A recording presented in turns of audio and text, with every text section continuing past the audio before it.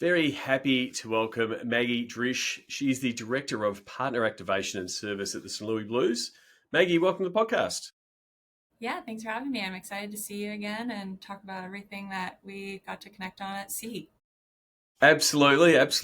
We will get to see. So no spoiler alerts. We're going to get there. It was great to meet you in Nashville. I always start my podcast asking people how they got into the world of sports business. What about yourself? What was your first entry into the world of sport? Yeah, so my story, I kind of jump around a little bit, so I'll go way back. It kind Yep. of helps me tell the story, paint the picture of where I got. So I was born and raised in California, grew up in Southern California, but dad's work in high school moved us up to Northern California, so just outside of Sacramento. Paint the picture, I grew up riding horses competitively. And so that is how I made my journey to the Midwest of the United States. I So have when a you say, I'm going to scholarship. stop you there. So when you say Yeah. riding horses competitively, Uh-huh. in equestrian events and that kind of stuff, Yep. or a style in that space. Yeah, so the hunter jumpers, so a mix of the judge riding and then kind of what you see at the Olympics, the speed and height. So both of those events I've done, but it is a collegiate sport here in the US. Not a lot of people know that. So I was able to get a D1 scholarship, which is not a cheap sport. So myself and parents were thrilled. But again, that's kind of what brought me to the Midwest. I rode at Oklahoma State University, so smack dab in the middle of the country. And unlike a lot of college athletes, our sports year round because you're dealing with a live animal. So I wasn't able to take the traditional route of working in the athletic departments like a lot of university and student athletes and stuff did, but obviously had a lot of connection to it just working with different media, PR, digital people in the college athletic space. So kind of what opened my eyes to it, along with some classes I took at Oklahoma State. But like I said, I didn't have time during the school year like a lot of kids in the industry do. And so my first internship, my sophomore year, was with the USL club in Sacramento, the Sacramento Republic FC. Applied to a few internships near home in both the Bay Area and Sacramento and landed there. Great experience. Every time I was home for the summer, that's where I ended up working, made some great connections there. And so when I finished up collegiate riding, I had an extra year of eligibility. So I started my master's program at Oklahoma State. So my second year, when I no longer had collegiate riding taking up all of my time, I was looking for an internship just to keep growing, knowing next step was jumping into my professional career. My connection in Sacramento hooked me up with the VP of corporate partnerships for the Oklahoma City team at the time. And so I finished up college just being an intern with them, doing everything they threw at me, and was fortunate enough to be hired on full time after I graduated in May. A fabulous human being named Danielle Mansell saw some skills in me that applied when it came to corporate activation and service. She's more on the ticketing side. Yeah.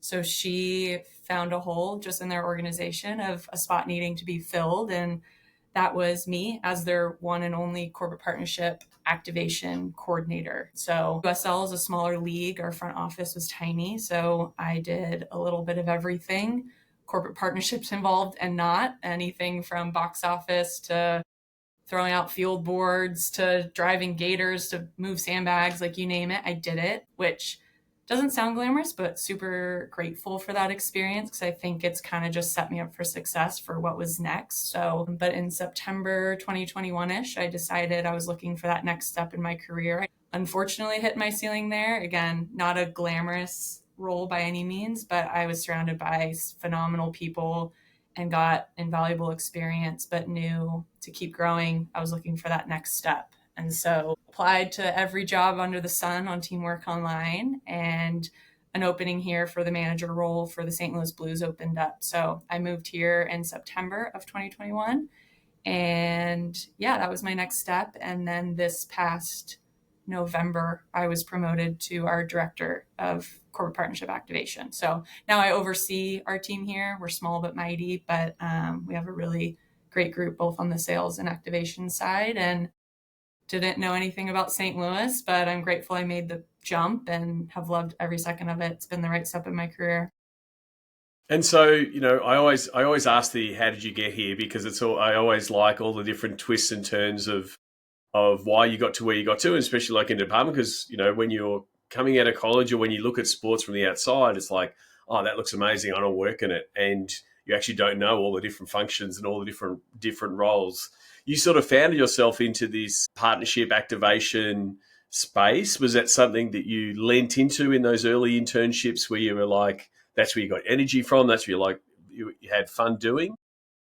Yeah, I always tell people this, like I speak to a lot of students. It's kind of a passion of mine, I guess you could say. And they're always asking, because the traditional route is starting in ticketing or maybe building operations. And I just got really lucky with it being my first thing and people seeing that characteristic of mine that kind of aligns with what corporate partnerships is, especially when it comes to activation and service. I think it really fills my cup, just the relationship building aspect of it. The people that are buying into the St. Louis Blues or the Sacramento Republic or the Oklahoma City Energy, we're helping them meet their goals. And it's nothing against ticketing, because what they are doing is just as important. I mean, we're the two, if not biggest, revenue generating departments. It just lines a little bit more with who I am and kind of how I tick. So it's just always been something that really helps me get up in the morning and be excited. I love the relationships with my corporate partners and what we're able to work towards and collaborate on. So I was, again, really lucky, because not everyone has a path that's literally in the same department through the whole way. And thankfully, I love what I do because I'm not too late to change, but there's easier ways to go about it if I did change my mind. So yeah, I'm kind of a unicorn, like when it comes to that career path of getting into sports. And do you think, like, now that you're in the space, but you're also working with people and managing people in the space, do you think that, I guess, that desire for relationships and problem solving is sort of the one wood, if I use a golf term, because I just watch Happy Gilmore too, that you need, in partnership activation? Yes, I would say so. I think that's probably the most important part of what we do, both with our partners, but internally, tell everyone, I'm going to butcher this phrase, jack of all trades, master of none. My USL experience taught me, I think that's why I find that so invaluable. I learned a way to understand all the different goals of the department, of the organization that falling underneath the umbrella of the St. Louis Blues or whoever it is. And so my time in the USL really taught me that, because we really were an organization that it was all hands on deck, whether it was in your job responsibilities or not. And so now, as I've transferred into an organization with a little bit more access to resources and people and funds, that's really helped me as I build relationships, most importantly when it comes to internal departments. Like I said, I can't do my job without our ticketing team, our social team, our digital team. Like, they are the experts in that space. And I truly believe the best activation managers, coordinators, whatever it is, the best ones are able to have that understanding of, they are the experts in the space and they have a similar goal at the end of the day, but our branding team or whoever it is, like, they're representing the Blue Note where I'm representing the Blue Note and Purina, Stiefel, Enterprise, whoever it is. Me as an activation manager, I have to have a really great understanding of what they're trying to accomplish, as well as my corporate partners, and finding that perfect spot in the middle that appeases both sides, I guess you could say, but helps both brands align and just create this perfect partnership, because that's what it is at the end of the day. And that's the conversation we connected on that seat. Like, in the roundtables, it always ends up being, I've joked on this podcast as being a digital divorce counselor. I think it's something, you're probably, familiar with in getting, the digital team and the comms team and the marketing team over the line on here's what the partner wants, and there can be a win-win for all. What's that been like for you in both multiple roles, but specifically at the St. Louis Blues in getting that collaboration working?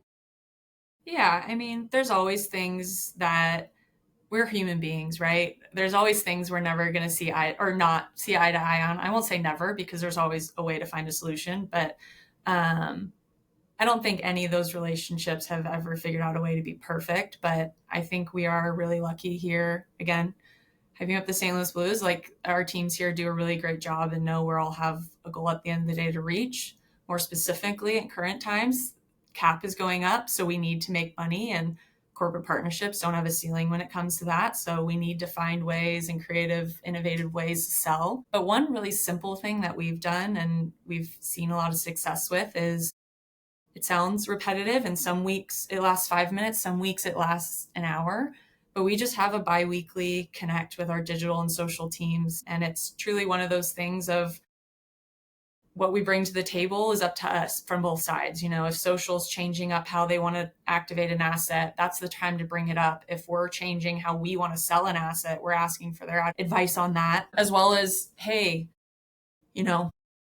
this credit union is looking for a way to do X, but they really are trying to grow their presence on social. How are you helping me accomplish? That is our platform to throw everything against the wall and see what sticks, as well as use their expertise of hey, Maggie, this has been performing really well. I think we can alter this a little bit and put them on it, and they'll see a lot of growth and success with that. So it sounds really simple, but that's worked well for us. I mean, maybe my digital and social teams will say something different, but a lot of good has come out of it. And we actually just at league meetings, and that was a topic of conversation. And it maybe doesn't sound like everyone's doing that, but everyone has their own version of that, I think, without realizing it, because unless you're really wanting to piss off your digital and social teams who do so much for us and we can't do what we do without them, it feels like everyone is or should be doing a version of that, just keeping them a part of the conversation, which is really important because, again, at the end of the day, we all do have the same goal. We need to keep lights on, keep ice cold, pay players, pay staff, right?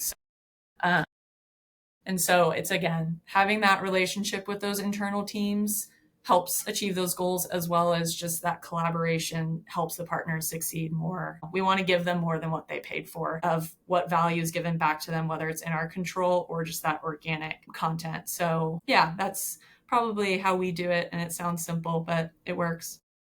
But it is that, but it's having something that, if it's pinning something in the calendar, but having something that constant, because I'm sure when you have some of those meetings, you'll have, because I've been in them the same, the digital team said, oh, we just did this. It's amazing. It's not yet branded. We don't have a partner. And you're like, cool, I'm going to take that back to that credit union. And likewise, that example you gave, sometimes you just get those thorny problems from a sponsor. They're like, we're a bathroom solvent. We need to sell more bathroom solvent. How can you guys help us? And it's a really tough solution. And you actually need a few more brains and a few more ideas to go backwards and forwards, and sort of getting, when the Digi team starts helping with that, you definitely get better results down the path. Yeah, definitely. And I think having them involved in those conversations early too help everyone feel like they won. Obviously, we are selling it, we are activating it, but like I said earlier, we can't do it without them. No matter if it's our digital team, our building operations team, our ticketing, we can't. They are the experts in that space. And so keeping them a part of the conversation early really helps too, because then when it does come to life, they've added their input and how they know it'll be successful. And then I'm able to add my input from the brand side of what they view as successful. And then you marry those two together. And that's how some of the best partnerships work, simple or overly creative and innovative. So from a process point of view at the Blues, what does that earlier process look like? A sponsor, a credit union or a car dealer or someone comes to the Blues and says, oh, we want to be partnered with you. This is, what can you offer us? What are the first sort of steps that you and your team take, whether it be with the sponsorship sales to sort of start that conversation on what you can offer them? It's funny you bring this up because this has been a big focus of us this summer. We had a lot of changing roles, and our team is now, we're small still, but full force both on the sales and activation side. And so this is something now that we have a full team of both sellers and activation people, we've been focusing on. Again, I don't think anything earth shattering, but it's up to the salespeople to go out and, kind of warm those leads and figure out what's worth kind of exploring and if there's really an interest there. And once it's gotten to a point of creating a proposal, mostly the salespeople are creating those, but we go ahead and sign an activation rep to that.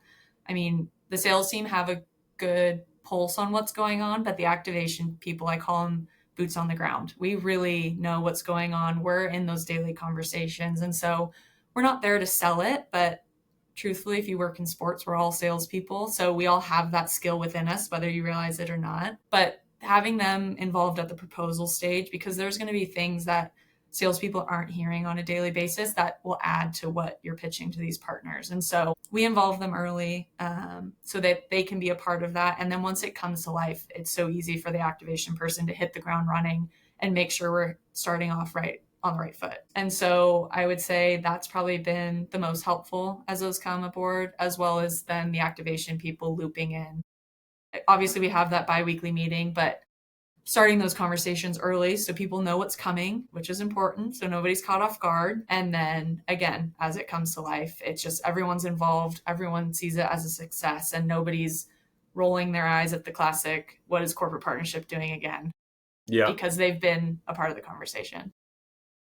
And I mean, obviously my focus and, a lot of the conversation at sea is around digital, but you've obviously got other strings to the bow in, store activations, it's being done in stadium, things being done on game night, so how do you sort of manage that mix of, giving all the different options that they've got to deliver what the sponsor potentially wants?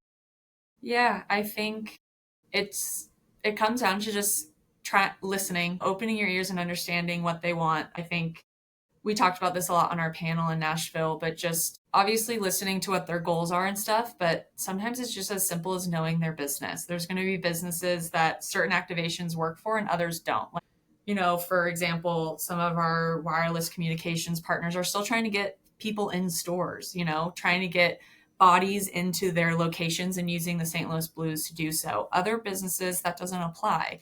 They've switched to a completely online model. Maybe they're trying to promote differently. And so I think really understanding how their business operates so that the goals, because if the goals are something you can accomplish, but it doesn't work with what their business model is, it's never going to be successful, even if it, meets those goals. So understanding the goals, understanding the business, and then right off the bat, just being a people person, building that relationship, because it is really interesting to see how many corporate partnerships may not work out in year one, but since you have that relationship in place, it may come to life, 3 years down the road. Maybe they don't have the funds right now. And so as simple as it stands, building that relationship again, that is what we're doing at the end of the day here in corporate partnerships, and understanding what it is they're trying to achieve and understanding their business model is probably the three most important things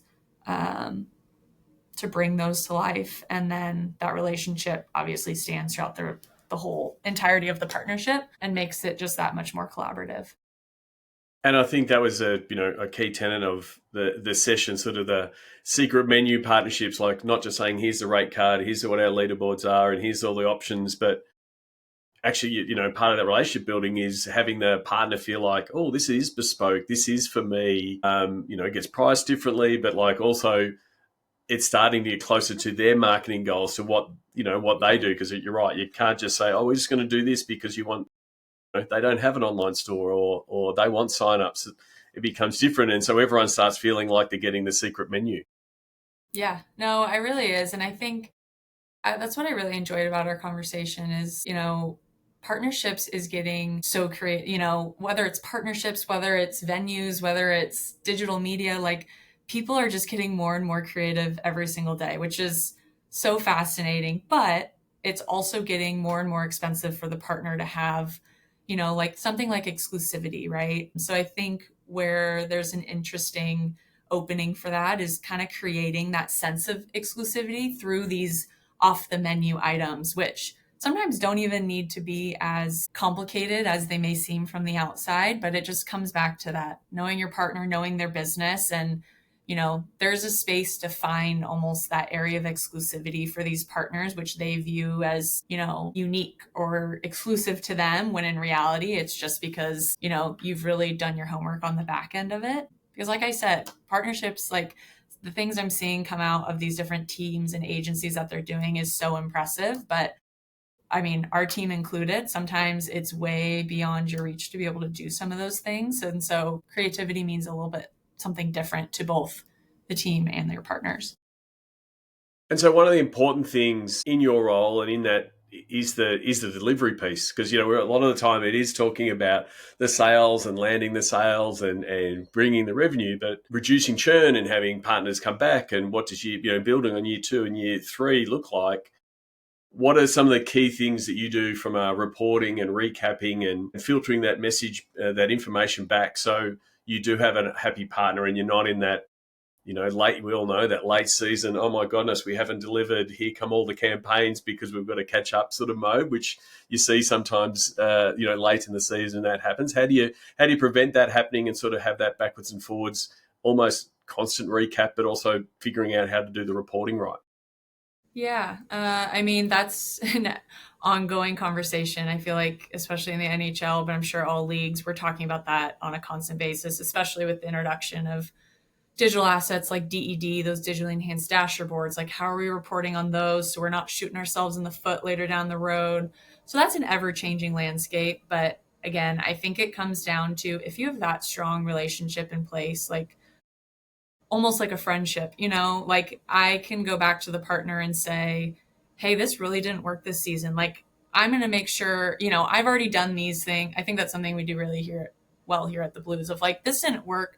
So we made sure you were taken care of here, here, and here, so that your brand was out there. The classic word, we bonused you, which you don't want to overdo because it sets some expectations. But I think we do a really good job of that here, just so our partners know that we care about making sure they see the ROI, whether it's working or not. And so we can report on that at the end of the season. But it's also that collaboration piece of, hey, partner X, we tried this. We thought it was really creative. It didn't really work. Here's some things we did to make sure that you were still receiving the same, if not more, value. But let's reevaluate now that it's the off season. How are we going to change it up? I think it's so easy to get caught up in the contract, like word by word, this is what's written in the contract. At the end of the day, if you have that relationship in place, and you're able to show, I provided this much value plus, it's hard to run into those issues as long as you're doing your job throughout the year, as well as over delivering on the relationship aspect of it. I think, again, that's where corporate partnerships is so unique, that you have these strong relationships. And so for us here at the Blues, we're what I would call maybe a small mid-market, but what's really unique about our market is our fans obviously are showing up, good, bad, or ugly, but our corporate partners are also fans of the team. And so that's a really fun aspect of our business model is, we're delivering on their assets, we're over delivering, which is really important to us, but also just that relationship piece of having them out to games, unique experiences that they wouldn't get just as a normal fan, helps them feel a part of it. And then again, back to those collaborative conversations, it makes those easier because they already feel a part of things here. They have a close relationship with myself and whatever salesperson is designated to that account. They don't go away. They stay a part of the conversation. So they know they always have at least two, if not more people to, run ideas by or ask for tickets or any of that. It just all kind of comes together to this perfect partnership, right? Partnership, not sponsorship. And so that's what I would say is a big part of that. Yeah, I mean, it's always one thing to be able to, be reporting on, media value and here's what you've returned. And if this was just pure marketing money, this is what you're getting. But it is that other piece of you don't get some of these access to these events, or you don't get access to these players, or your customers don't get access to these things that is harder to quantify. Like, you've got all these things that can be quantified. And then on top of that, like actual their goals, store traffic, signups, data captured, those kind of things that have a value as well. You touched there on the passionate fan base. That's another thing that they just don't have access to. Hey, we want to grow our social. We don't have a passionate fan base. We want to be associated with things, and that is something that it has to be built over time. You can't just turn up, put a logo on a board or a social post and say, oh, cool, we're now associated with the Blues. That takes time as well, doesn't it? Yeah, it definitely does. Yeah, it's just funny. It's an ever-changing landscape, how we're reporting and stuff back to partners. But again, if that relationship's back in place and they're fans of you and fans of the team, that always helps. Not always a guarantee, right? We have some partners that aren't even based here in St. Louis or have any ties to the Blues. They're reaching a different media or marketing goal. Regardless, you can still have that relationship in place, something to build upon, work with, and collaborate on, as well as figuring out every single time how we're reporting back to partners, because it does feel like it changes every off season. And so sometimes with partners that you just get the right, the right partner and the right creative idea and the right execution, it seems to just go tick, tick, tick, and you want them all to go that. Have you got an example of one that has done that for you, and you sort of keep using that as a case study to say, hey, this is what we can do when we get all things to align? Kind of like a favorite partnership activation, start to finish type thing. Yeah. Again, talked about this at sea. The Purina Doghouse was a fun one for me. They're based here in St. Louis. They've been a partner of the Blues since way before I was here, like way, way before I was here, and an incredible partner and staple here in the St. Louis community. Did feel like they've had done a lot of the same things year over year. They were just proud to be with us, and we love them for that. But their team last renewal period, which was 3 years ago, approached us and, wanted to change it up. Challenges with a few different ideas of things they were trying to accomplish, just really leaning into unique experience for pet owners. MLS team here in St. Louis, they had built like a suite on the main concourse level where you could bring your dogs to the soccer game. So they were able to do some of those things with other teams around here. They do a bring your dog to the ballpark day with the Cardinals here in St. Louis. So we're a little bit trickier just because we're a hockey rink. It's indoors, liability to bring dogs on the ice. So we run into some hiccups there. So we just, again, collaborated. We sat around a big table in one of our club spaces and just everyone brought ideas to the table and we kind of hashed them out. And before we found one that really stuck, and some great ideas came out of it. But the Purina Doghouse was probably one of the more fun ones that I've had, and a really well-rounded idea. And it actually started before we even had that conversation. It started during the 2019 Blues Stanley Cup year, which if you don't know anything about it, it's worth to do the research on. But at that midway point during the season, when the Blues were bottom of the NHL standing, like 0% chance of making the cup, there was a viral video that went around of our new team dog running on the ice with one of the players holding his hockey stick. It went viral. Randy, his owner here, who's our VP of community relations, he was on TMC with the dog. Like, it was a whole thing. It was kind of the early era of pet or team owned pets, I guess you could say. And ever since then, the Blues went on that historic run where they went on to win the whole thing. And so Purina was already a part of the Blues organization at that point, but they obviously leaned in really heavily, again, before my time, speaking not out of experience, but leaned in really heavy with their relationship there. Obviously, team dog, natural fit. It has been since Barkley's been around. And so from that, well, I guess a little bit more context, Barkley was also a service dog trained by a local St. Louis organization. So important aspect of that. So you have the Blues, Purina, and then an organization called Duo Dogs that Barkley's trained by.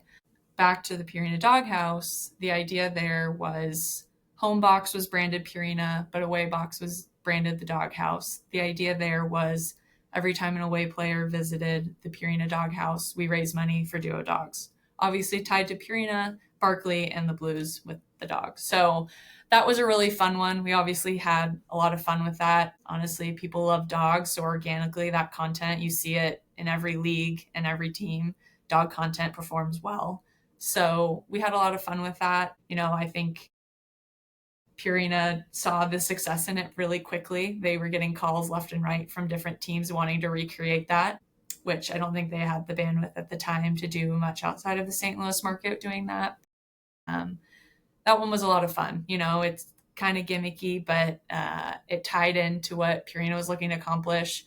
We obviously had a team dog that was kind of a given. And then it also gave back to a community that, Purina stays headquartered here for a reason because they care so much about this community. The Blues do as well. So whenever you have that community aspect tied in as well, it's always a home run. So again, we had a lot of fun with that one. We're actually up for renewal with them right now. So all these things we're talking about of seeing what works, what didn't. I think they're shifting their focuses a little bit, not saying we'll move away from it, but we kind of have some other goals we're looking to accomplish. So it'll be interesting to see what fun dog related things we do for the next few years of our partnership. Absolutely. I mean, if you're looking at what are key success factors of successful campaigns, if people are stealing your campaign and using it in other markets, it's an absolute, I use the phrase steal with pride all the time. And like, that is the opportunity. You're always looking at other teams and going, how can we do it? If you see especially if you see a brand go, well, we're going to go do that in Pittsburgh as well. Yeah. You're doing something well. Based on your conversations at seat and at the league meetings, are there particular trends or things you see, I guess, that sports partnership space heading? Yeah, that's a tricky one because, it's just kind of like we were talking about earlier, like creativity is getting so impressive. Just, like talking about jersey patch partners, like Travis was talking about, and it's getting so creative in that space, digitally enhanced dasher boards, which is something some leagues have explored, and just the capabilities there. I think it's just really interesting seeing kind of where different categories are opening up that you maybe haven't seen before. Just it follows the trends of whatever various generations are interested in. So it's just always interesting to see season by season what the big hitters are in different categories or fan giveaways or anything like that. Like, for example, Hello Kitty is a huge giveaway for us. It sells an insane amount of tickets. If you would have put a few up against the board and told me Hello Kitty was one of them, I would have told you you're crazy. I haven't heard that really talked about Hello Kitty since I was a kid, but it helps us not only reach some different demographics, and people love it and are buying tickets. So it helps us sell tickets for some of those lower popularity games, which is awesome. And so, yeah, I just think that's a part of this whole off the rate card or being creative, is just being in the know on those trends, right? Not every partnership idea needs to be your Purina Doghouse or I always throw around Toronto's Oreo milk campaign, another great one to look up. They did a phenomenal job with that. I still can't believe the creativity that they did with around that and how they implement it with their city and everything. But just staying in the know on those trends, I think, is important, as well as just keeps you accountable and being creative and stuff. But also important not to get caught up in doing that every single time, because you're just going to burn yourself out really quickly. Sometimes it is just a media buy, and that's okay. They're just as important. There's still a need for that, or we wouldn't, have TV spots or DED or any of that kind of stuff. So there's a place for both. And yeah. Well, that's the thing. I mean, if you get to talk to brands all the time, and, and I speak to people in sport that go, sport's really tough. It's hard work. It's all these long hours. I might go to a corporate marketing job. I'm like, well, you can, but that's really, really hard. Like, you don't have, a hat trick of goals and ice hockey plays and rabid fan bases. You've got to go find customers. And, they've got a splintered media market and attention, and not knowing, where do they put their spend? Is it into traditional media? Is it all in digital? So it's really hard for them. So, I think there is a bit of a coming back to one, sport has a really rabid fan base digitally, but then also that arena experience, people want to be part of something, and there is, high value being part of that experience. We're seeing that both in sport, but then, big music acts are, partnering with brands and being part of that, because people want to associate their brand with that great experience. So I think to a certain extent, sports, in the same way that the only thing people watch on live TV is sport, becomes more valuable.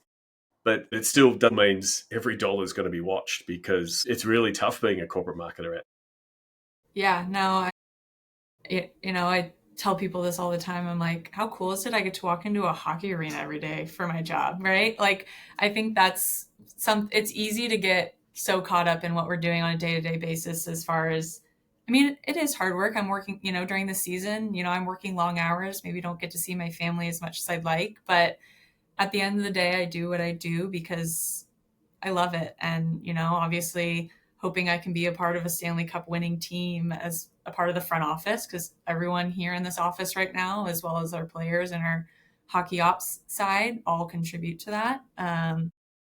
But it does come with that side of long hours, and our offices are underground, maybe not as much sunlight as I'd like. But at the end of the day, most of my work nights include watching a hockey game and being with my corporate partners and talking about what's happening on the ice. Like, there's nights we don't even talk about our corporate partnership. We're just there to talk about the grandkids or what's happening on the ice. And oh my gosh, this player got traded, or, oh, we can't wait for the Winter Classic. Like there's a special piece of that you won't find outside of sports, maybe a little bit on the brand side or the agency side, but from a true team club side, that helps with some of the long hours and the hard work that we do. But I also tell my team a lot, we're not curing cancer. There's always, if you have those relationships in place, like we talked about, there's always a solution. We can always make it work. It's, obviously we're focused on meeting salary cap and all of that, but there's always a solution. What we're doing is fun, and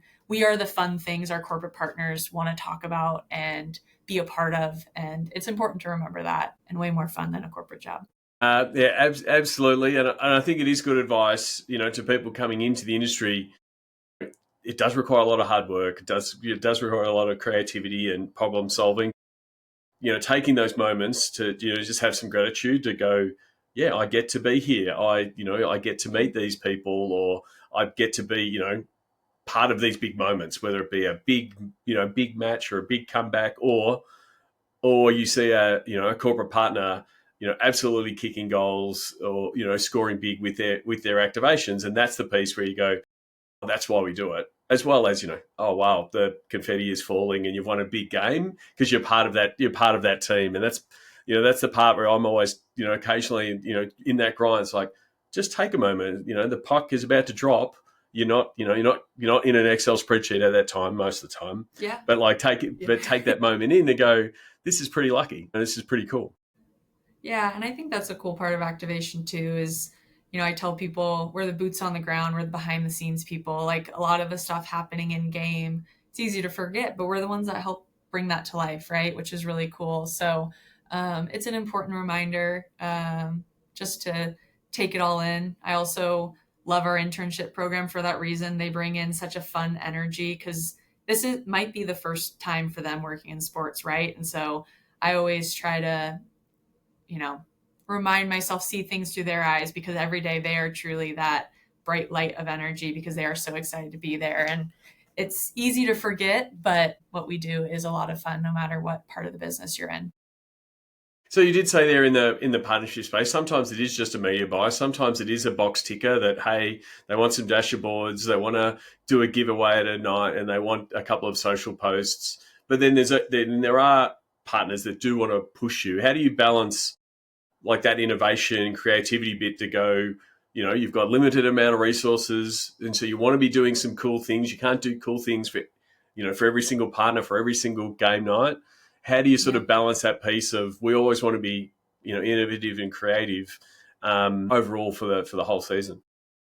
Yeah, I would say it kind of comes back to knowing what you do well and what your internal departments are really good at. There's places where we're stronger than other NHL clubs, and places that are stronger than us, no matter the department. So I think where it helps to find strength is knowing what your teams do really well. And when you have those partners coming back of like, oh, we can't do this, and this every single night. Well, there's some things you do every single night and it loses value if you're creating those, high level innovative ideas. They lose that spark if you're doing it on a cadence that's every single game. It's just like with social content, like some of that loses its value. So it's back to that, creating that little bit of exclusivity, like keep them wanting more and coming back and engaging with that content. Similar with activations, a brand that activates on the concourse, unless they're really changing it up every single game and making sure, because we do have, more than, I would venture to say, more than half of our fan base are season ticket holders. So we have the same people in the building. So unless you're really getting creative with that kind of stuff, every single night is a lot, and it loses that excitement, that spark. And so remembering that, as well as helping them understand, I love when a partner comes to me of asking for advice on something, because they know I know my brand that well, because I can lean on my teams of like, okay, we can provide you this, and we can promise we can execute this well, versus this, there are some things hey, we're going to try it and do our best to make it work. It might not work, but again, knowing what you do well and creating that, keeping that excitement to when it comes to activation, is how you're going to bring fans in, and it's, keeping life on social media and stuff like that. So not all partners understand that. A lot of the big brands do because they're partnered with so many different companies. But sometimes you do have to inform partners on that of you are the expert at the end of the day. Yeah.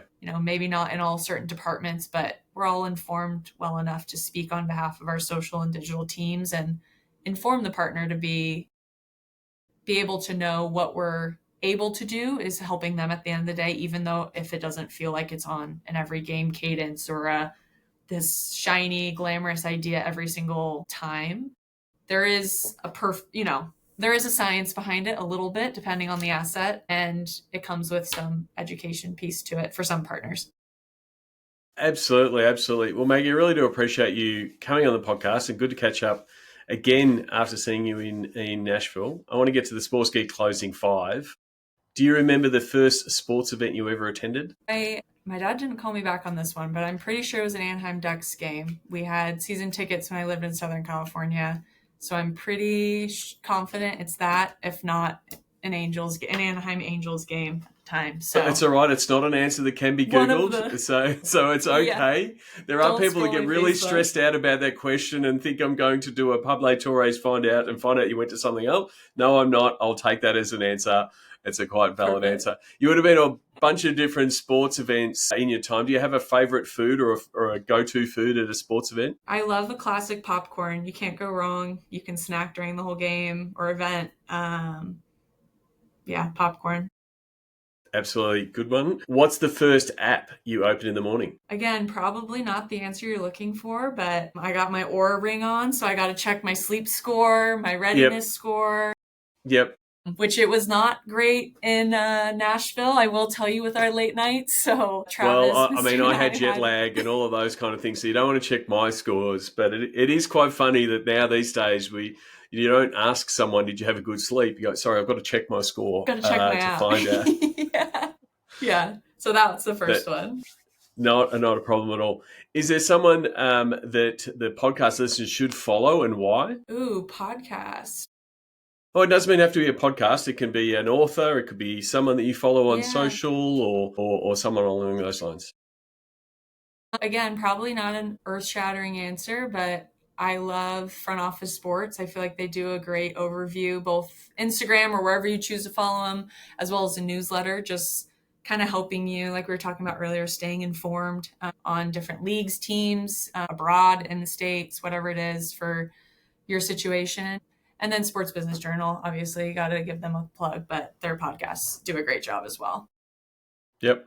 And lastly, I'll ask you this from a personal point of view, and then you can put your activation hat on and which one's working best for you at the Blues. But what social media platform is your MVP? Ooh, for me, I've been a big TikTok person recently, personally, after a busy day, being able to get some giggles out after work, and just whether it's goofy content or helpful content, self-improvement content, whatever it is. And then I think for me, Instagram, I know that's probably used a lot. It does feel like a lot of partnership content performs well there. It has to be done correctly and done right between stories and posts, and as well as aligned with our social team's goals. But that one just feels like a classic, and it's been a consistent over the past couple of years. And TikTok's a tricky one in that space for us. So, well, it is a tricky one. We still don't know whether it's going to be around in the US. They keep extending the deadline. There's a few sports teams and leagues that are built out good good audiences there, and it's a bit unsure, like especially from a partnership point of view. You can't go and say, hey, we're going to do something on TikTok if you can't deliver it if the platform is not there. So it's a bit of a weird space to be in your market. Yeah, definitely. Well, Maggie, thank you very much for coming on the podcast. I always ask the listeners to reach out and say thank you. Where is the best place for people to reach out and say thank you on? Well, let's see. Where's the best place to reach me? LinkedIn? Probably my email. Yeah, LinkedIn. That's probably a safer answer, huh? Thank you. Yeah, you can find me, Maggie Drysch. LinkedIn is a great spot. Last name's tricky, Drysch. But I'd love to talk to Well, you. thank you very much for coming on the podcast. I will put a link to your LinkedIn in the show notes. Really do appreciate you coming on the show, and then hopefully I'll be in St. Louis sometime to catch a Blues game. I'd love to do that. You're always welcome. We'd love to have you.